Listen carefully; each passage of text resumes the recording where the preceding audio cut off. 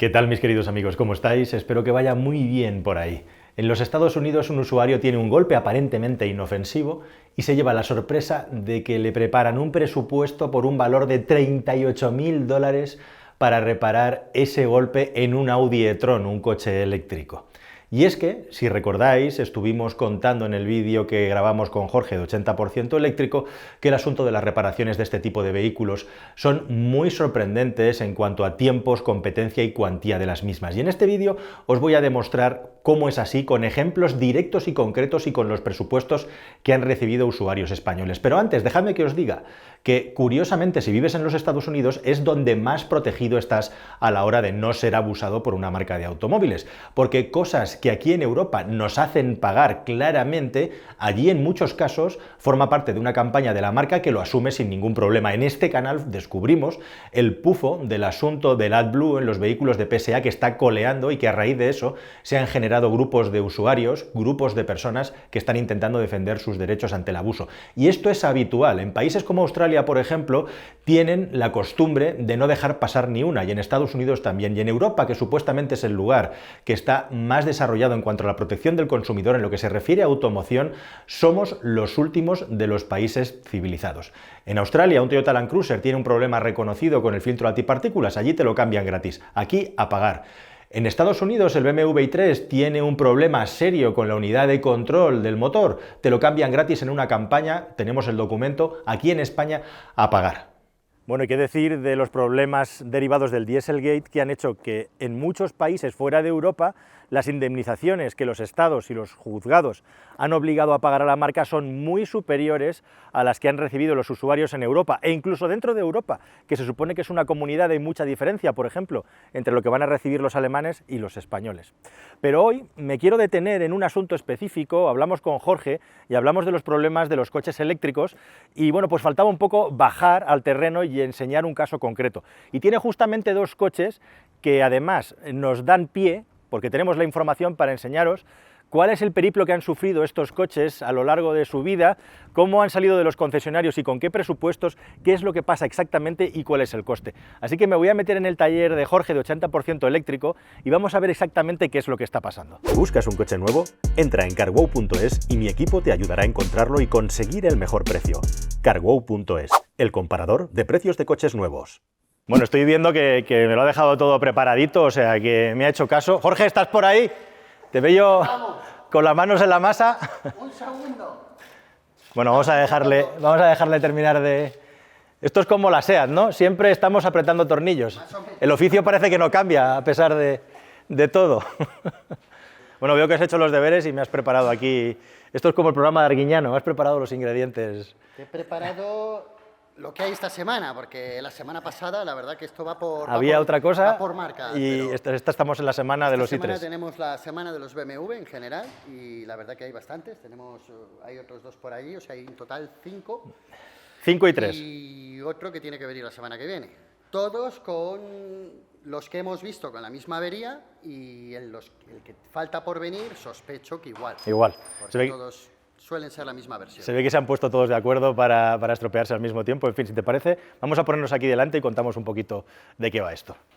Pues, queridos amigos, aquí tenemos tres elementos muy interesantes del i3, el paquete de baterías, el motor eléctrico, aquí dentro hay 170 caballos metidos en el interior. Ahí hay cables. Hay cables. Ahí hay cables, enrollados. Bien enrollados. Sí. Y esta es la unidad de mando, ¿no? Unidad de control de motor. Que, ¿cómo le llaman en BMW? En BMW se llama EME, unidad EME. Han sido muy originales. ¿Tú qué dices? ¿Que soy capaz de levantar el motor eléctrico o no? Bueno, venimos de comer, yo creo que sí. Sí, ¿no? Yo creo que sí, a ver. Soy capaz de levantar. ¡Oh! Parece que sí. Hostia, está fuerte, ¿eh? Está fuerte. No está mal. Ya puedo decir que he levantado 170 caballos. La verdad que tienes suerte, porque este coche pesa casi más todos los elementos que monta que el propio chasis, que es de fibra y es espectacular. En el canal tenéis mucho material informativo sobre cómo se hace, cómo se desarrolló y se fabricó tanto el i3 como el i8, que yo creo que aquí 20-25 años vamos a hablar de ellos como coches que estaban muy adelantados a su tiempo en cuanto a concepción, con el tema de tener esa jaula de seguridad de fibra de carbono y alrededor suyo básicamente aluminio y plástico. Y es muy interesante, antes de entrar a hablar del coche, ya que lo tenemos aquí, el paquete de baterías, lo que es su jaula, su estructura, que tiene dos características básicas, que encaja dentro de lo que es el hueco de una manera que tú comentabas que parece que forma parte de la estructura del coche. Efectivamente, es estructural, que se ve la parte de abajo del coche, pues, si puedes metes unas imágenes, que se vea toda la estructura del coche, sin la batería, lo estrecho, las vigas que tiene, que no son muy pronunciadas conforme a otras marcas, y luego los 40-50 tornillos que tiene de sujeción, que no es para sujetar la batería, es simplemente para formar un bloque. Está ahora de moda, en la época que estamos, hablar de baterías estructurales, y es raro que no hayan hablado de la batería del i3. Sí, esto es un coche que estaba concebido pues año 2010, 2011, estamos hablando de hace 10 años ya, y hoy en día, como dice muy bien Jorge, estamos hablando de vehículos diseñados desde cero, en los que la batería forma parte de la estructura del coche para darle mayor rigidez y seguridad, y este coche ya tiene algo muy parecido con esta batería de tornillos que veis aquí, y el hecho de que enclaustra perfectamente, prácticamente no puede haber aire entre un sitio y otro. Pero bueno, el BMW i3, como os contamos en el vídeo anterior, es uno de los mejores coches eléctricos que se han hecho, porque es un coche además hecho desde cero, hecho por BMW, tiene unas características de conducción muy buenas. Siempre si dejamos aparte de que si tiene más o menos autonomía, más o menos batería, hablamos del paquete de coche en sí, que muchas personas no han entendido. Estábamos comentando aquí antes de entrar en cámara que es un coche que curiosamente le han alargado la vida útil. Sí. Primero porque el BMW lo necesitaba, porque hasta que llegaban la familia de los vehículos iX, pues se había dormido un poco en los laureles después de que en el año 13 saliera este coche. Y en segundo lugar porque justo cuando en teoría tocaba retirarlo, se estaba vendiendo más que nunca.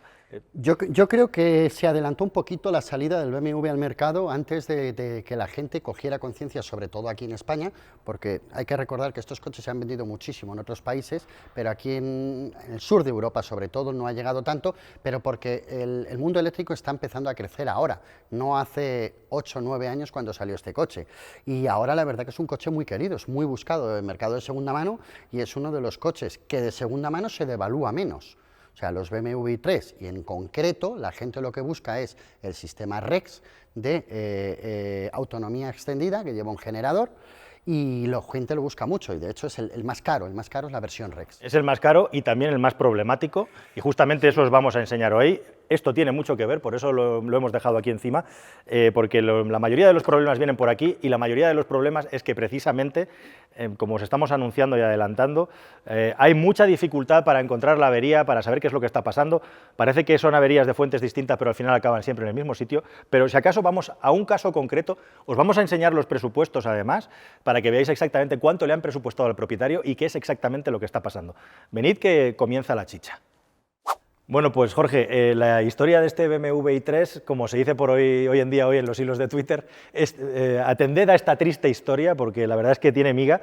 Este coche lo compra un señor a sabiendas de que está estropeado, pero en un compraventa le cuentan una milonga, y te dejo yo que sigas con el hilo de la historia. Bueno, en este caso en concreto, él se arriesgó, entre comillas, a comprar un coche averiado, ¿vale?, con un presupuesto de 1.500 euros, cosa que a mí ya me choca, porque un coche de estas características, con esta versión y del año que es, oye, 1.500 euros cualquiera se los gasta en repararlo, y si lo quieres vender, al final lo vendes.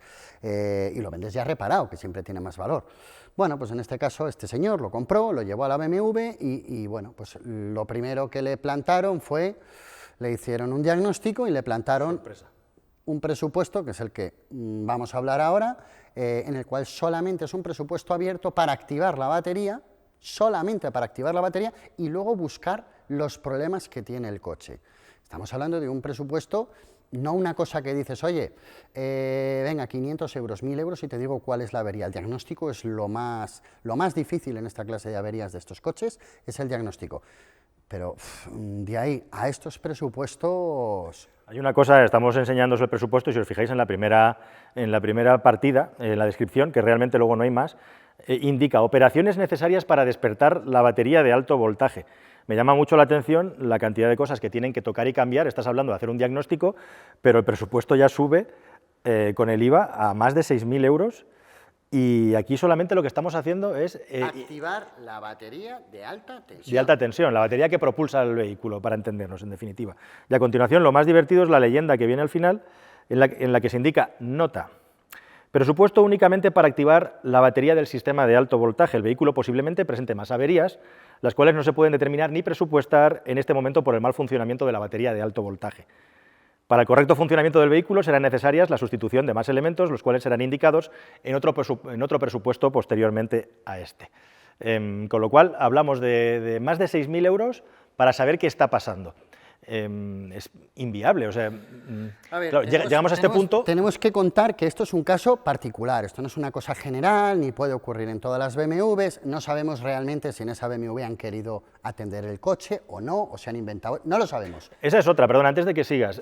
Todas las marcas de automóviles, si has comprado un vehículo dentro de la Unión Europea, tienen la obligación de atenderte, igual que si se lo hubieras comprado a un concesionario que se hubiera salvado de cerrar la persiana el último día del mes por haberles hecho la compra. O sea que, en definitiva, todo el mundo tendría que tratarlo igual, pero en la práctica no es así. Al final se buscan las historias, este coche no es español, ha venido rematriculado de la Unión Europea y al final con los coches que vienen de fuera de España, algunos concesionarios de todas las marcas como que son un poquito reticentes a la hora de tocarlos, no quieren, no entiendo por qué, porque al final es el mismo producto. Estas unidades que tenemos aquí, que ya decimos que esto es un caso particular, pero tenemos más. Ahora lo vamos a enseñar. Vamos a enseñar el caso que de Hay uno más extremo todavía. Sí, de estas versiones, ¿vale? Pero, ¿cuál es el problema de esto? Que al final yo creo que o no hay interés en muchos concesionarios, muchos, generalmente, no hablamos de uno en concreto. Sí, siempre habrá alguien diciendo no porque... Puntualicemos que, lógicamente, si generalizas, estás matando muchos gatitos por el camino, claro, y tratando injustamente a muchas personas que trabajan bien. Pero estos problemas al mismo tiempo están a la orden del día y la indefensión de los usuarios también. Y las marcas los conocen, efectivamente. Yo no hablo de que lo conozca realmente los problemas de estos coches el mecánico que está en una BMW ahí en mitad de una provincia. No. Pero BMW como marca tiene conocimiento de todas las averías del coche, tiene conocimiento de todos los protocolos de actuación y a ese mecánico que al final le llega al coche muchas veces desconoce todo esto y le obliga a echar horas y horas y horas delante de un ordenador, ¿vale? Y pasa al final cosas con presupuestos como el que acabamos de ver, que este caso es un caso un poco parecido. Y estamos hablando, ojo, de que, por ejemplo, en los Estados Unidos hay una campaña de la propia marca en la que estas intervenciones se hacen gratuitamente. Esta versión, vamos a Es que esto es lo más fuerte, es lo más fuerte. Este coche, BMW iTrex, tiene una versión que se denomina Rex, que hemos hablado antes de ella, y en concreto este coche aquí en Europa monta dos baterías, la de 60 amperios y la de 90, ¿vale? Hay otra versión en Sudamérica de 120, pero aquí en Europa Rex solamente 60 y 90. Los que se rompen son los 60, que son unidades que llegaron hasta el 2015. La batería ya de 90 amperios llegó en el 2016. ¿Qué es lo que pasa? Ya sabían, ya tenía conocimiento BMW de que se tenían esta avería, este problema, y en la siguiente versión de 90 modificaron un poco el software y lo repararon. Entonces, las versiones de 94 no lo suelen tener. ¿Qué es lo que ocurre? Que estamos donde estamos.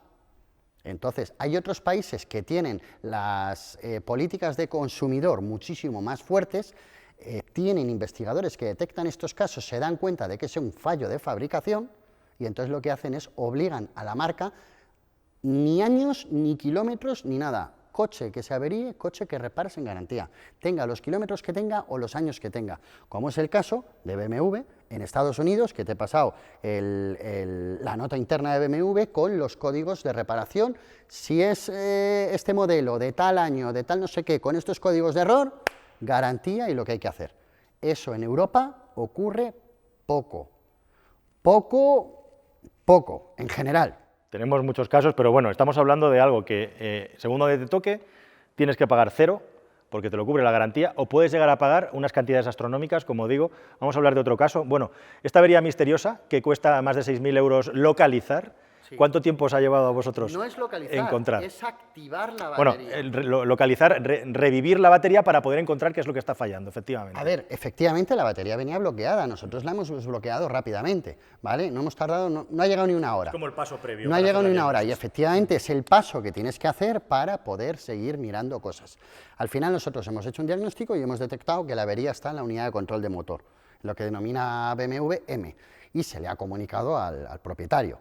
Entonces, ¿qué es lo que pasa? Que al final es un fallo recurrente de este modelo, no le va a costar al cliente que nosotros hayamos localizado la avería, no le va a costar un dinero, en este caso 6.000 euros, y luego ya él decide, ¿por qué? Porque nosotros ya hemos dado exactamente lo que tiene, le voy a decir, esto te va a costar tanto y tiene esta avería, y de ahí no nos vamos a mover. O sea, al cliente si yo le digo 1.000 euros, son 1.000 euros, si le digo 5.000, son 5.000, y si le digo 20.000, son 20.000.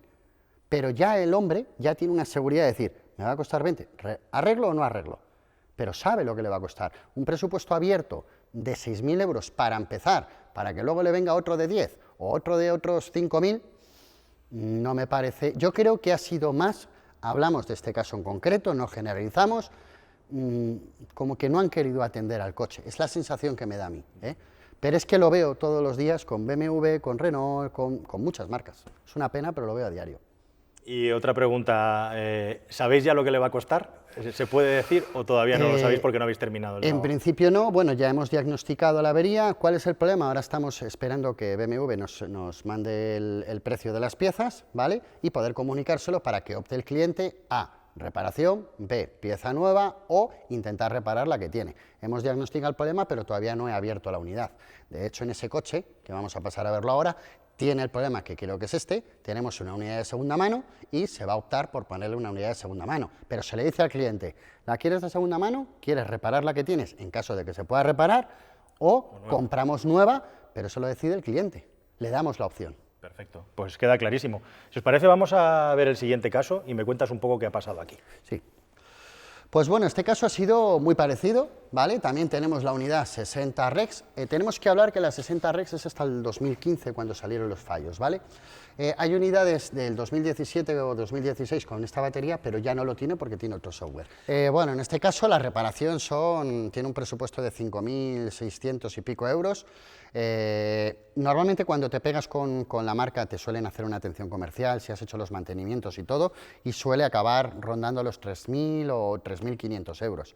Tenemos casos de aquí de Madrid que realmente la gente ha empezado a pagar dinero, a cambiar piezas y al final sí, se van con el coche funcionando, pero tenemos casos de que han llegado a pagar hasta 8.000 euros por una reparación de este calibre, que si nosotros podemos hacer un buen diagnóstico, podemos reducir bastante, considerablemente, lo que es el presupuesto de reparación y sobre todo que los coches pues al final tengan una segunda vida, porque unos presupuestos así en unos coches con tan pocos años, es que al final se te quitan las ganas de comprar un eléctrico.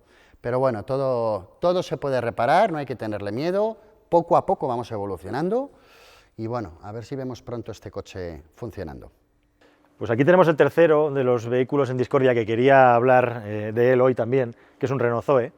Un Renault Zoe, por cierto, que me comentabas que curiosamente son coches que de batería hay muy poca información de que fallen, o sea que aguantan muy bien el paso de los años y hay mucha consistencia en este coche. Primero que tenemos que saber dos cosas de este coche. Las primeras, que las primeras unidades que salieron casi todas eran en alquiler, luego entonces Overleasing, que era la empresa de Renault que se encargaba de la gestión de alquiler de la batería, si se te rompía o se te degradaba, te la cambiaban. A día de hoy es un caos hablar con Overleasing, cerró el año pasado y es un caos brutal el tema de alquileres, el tema de que te cambien la batería, sobre todo los Renault Fluence y Renault Kangoo de las primeras generaciones, es horrible. Están ofreciendo ahora la compra de las baterías para quitarse los alquileres y la verdad que, bueno, claro, a unos precios un poco desorbitados para los años que ya están teniendo las primeras unidades. Sí. Entonces, bueno, hay gente que las compra, otras que no, otras que depende de cómo esté la vida útil de la batería, pues las están comprando o no. Normalmente las baterías de los Renault no suelen fallar, fallan muy poquito, los Twizy se degradan un poquito porque son coches ya más bien motos que coches, entonces se les da mucho uso de coche y tienen más problemas, pero degradación los Zoe no. Ninguna batería, ni la de 20 kilovatios, ni la de 40, ninguna, están funcionando bastante bien. ¿Cuáles son los problemas de Renault? Pues lo voy a decir. Motor Continental 5AM hasta el 2015, que empezaron a montar esos motores las primeras generaciones, el RQ210 creo que era, montaba el motor Continental 5AM que rompían el rotor. Es decir, realmente la pieza que se rompía no es la que te cambiaba Renault. ¿Por qué ocurre esto? Cuando tú chequeas y haces un diagnóstico, hay un módulo de control que te genera un error, que en este caso era un fallo de aislamiento en el sistema de carga, pero es que el fallo no está en el cargador. El fallo está realmente, este coche carga a través del rotor del motor. O sea, es decir, imaginaros dos motores eléctricos, uno dentro de otro, en el cual uno, al enchufarlo a la red, empieza a girar, genera electricidad que el otro absorbe, la transforma y la manda a la batería. Ese rotor tenía un fallo de fabricación, calentamiento. Hay varias hipótesis porque hemos llevado a rebobinar varios rotores y bueno, hay varias hipótesis. Yo diría que es por calentamiento. Y al final ese rotor, depende de cómo se rompía, o simplemente te fallaba la carga, el coche podías funcionar y cuando regenerabas te saltaba fallo de que no podías cargar, o directamente, como se te rompiera bien, te cargaba el PIF, lo que es el controlador de motor, el coche directamente ya no arranca y tenías que tirar el coche. En ese caso, el presupuesto del coche, que lo tenemos aquí, ahí lo tenéis, es muchísimo mayor que el valor residual del coche. Entonces, en este caso, no se puede reparar. Hablamos de que las averías en los motores de los vehículos térmicos son muy caras. Bueno, pues aquí tenéis un caso en concreto, de un modelo en concreto, en el que nos vamos por encima de los 11.000 euros a la hora de tener que cambiar el motor eléctrico. Es que cambian todo, realmente no se casan con nadie, o sea, es que cambian el motor, el controlador y el cargador, cambian todo. Entonces eso es como si a un coche de combustión se le rompe una bujía o un calentador y cambiamos todo el motor. Hombre, hay que ir a la cuestión del problema, el rotor. Pues ojalá Renault, o en este caso Continental, nos pudiera suministrar solamente el rotor. ¿Por qué? Porque podríamos hacer reparaciones muchísimo más baratas para el cliente que tener que sustituir el rotor completo. Entonces, cuando empieza el coche, los coches estos empiezan a avisar. Empiezan con fallos de carga esporádicos, se les empieza a encender luces, no puedo cargar, pero la gente sigue andando. En vez de llevarlo al taller, siguen andando. Es una cosa normal. Ya. Cada vez más, cada vez más, cada vez más. Hasta que pasa lo que pasa.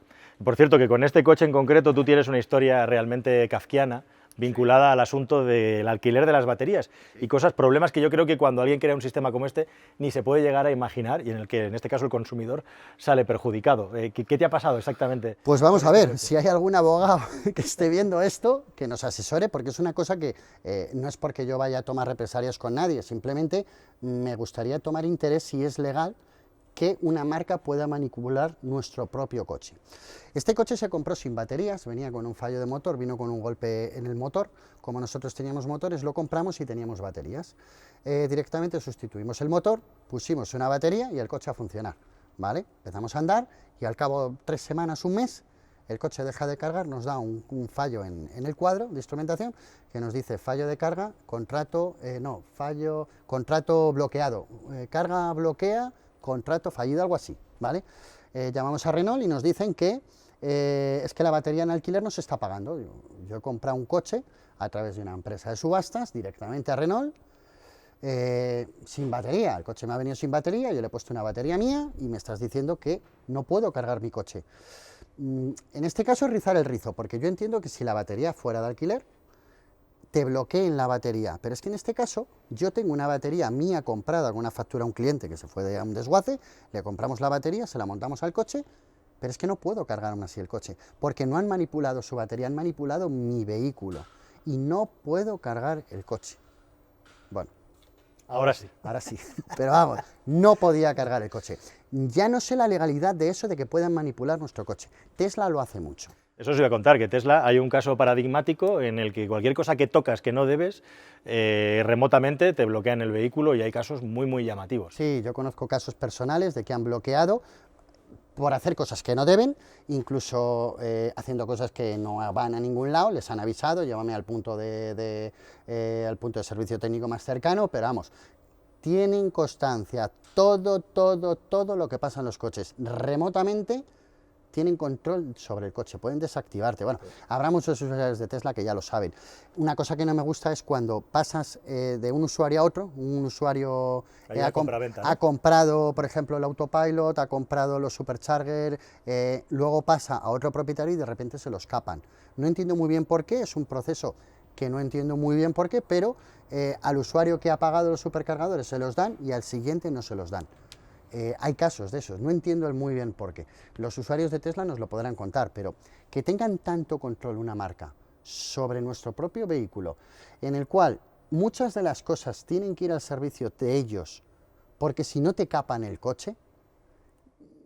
Entramos ya directamente en la ilegalidad, por cuestiones propias de normativa. Pero si bueno. Es que el Model 3, los usuarios de Model 3 lo sabrán, tuvieron un fallo 2014, 2015, 2016 con el cargador on-board, que van en los asientos traseros, lleva separadas placas, una que carga monofásico y otra que carga en trifásico. La carga de monofásica se rompe en ese cargador.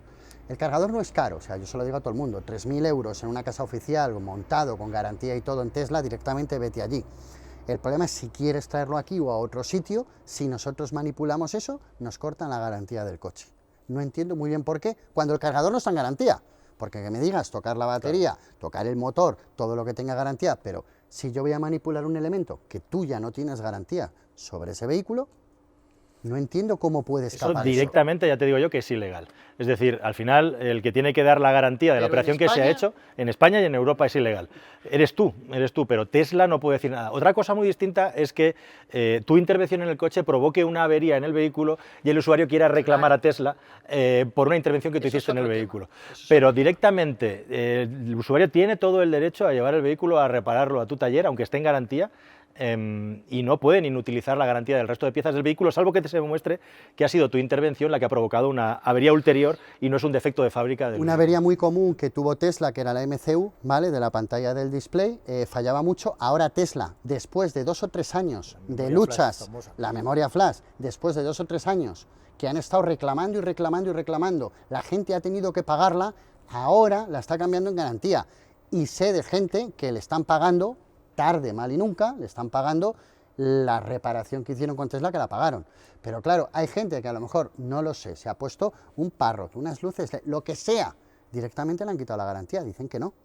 ¿Por qué han manipulado el vehículo? Hombre, yo creo que hay cosas que cada uno puede hacer en su vehículo, que instalar unas luces LED, un párroco o algo de eso, no lo sé, yo digo por decir, que no te quita la garantía. Eso directamente es eliminar la garantía de manera preventiva y ya que os digo yo que salvo que se demuestre que hay una avería inducida por esa manipulación, es completamente ilegal en la normativa europea. En fin, este es el mundo en el que vivimos, querido Jorge. Yo te iba a preguntar a título personal, esto es muy inquietante, esto de que alguien con un botón pueda parar tu coche. ¿Tú crees que en el futuro esto va a ir a más? Es una opinión ya personal porque no tenemos ni tú ni yo una bola de cristal para saberlo. Ver, nosotros nos reíamos con los smartphones cuando decían que si Google nos escuchaba, ahora estamos con el Alexa, o sea, realmente estamos vigilados por todos sitios, o sea, eso no nos lo va a quitar nadie.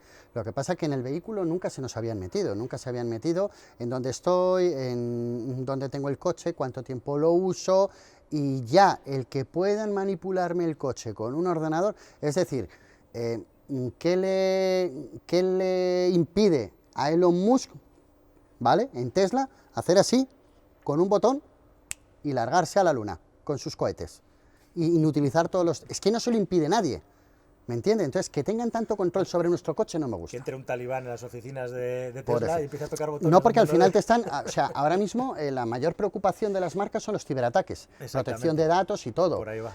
Los ciberataques ahora mismo, los robos de los coches ya se hacen con ordenadores. Olvidaros de las palancas, olvidaros de los destornilladores. Aquí os dejo un vídeo que tenemos que lo contamos. Los coches se rompen, o sea, se roban ya con ordenadores y al final un coche ya no es lo de antes. Tiene mucha información nuestra, dónde estamos, nuestros horarios, colegios, lugares de trabajo. Hay tanta información en los coches que en América lo hacen bien, tienen el modo Valet, no sé si lo conoces, que lo que hacen es capan toda la información del coche cuando le dejas el vehículo a otra persona que no eres tú. Entonces solamente tiene funciones de conducción. Es que tiene tanta información nuestra los coches que es peligroso dejárselo a la gente. Bueno, amigos, pues este es un poco el resumen del asunto y de la situación y bueno, pues espero que todo esto mejore a medida que el vehículo eléctrico se vaya introduciendo a nivel de suministro de piezas, a nivel de protección de los usuarios y a nivel de presupuestos también, precisamente por eso, porque los que se dedican a reparar no se dediquen a utilizar a los usuarios como conejillo de indias, maltratarlos o incluso, pues eso, ser cambiadores de grandes sistemas cuando todavía se pueden reparar esos sistemas, ¿no? Esa sería un poco la moraleja, yo creo. Así que nada, Jorge, oye, muchísimas gracias de nuevo por enseñarnos todos estos casos prácticos, además con su presupuesto y su papelito sin trampa ni cartón. Y bueno, pues seguimos aquí viendo juguetes interesantes, yo creo, para el futuro, ¿no? Habrá que intentarlo. Vamos a ver si lo pasamos bien un ratito y nos quitamos este mal sabor de boca. Venga, amigos, hasta el próximo vídeo.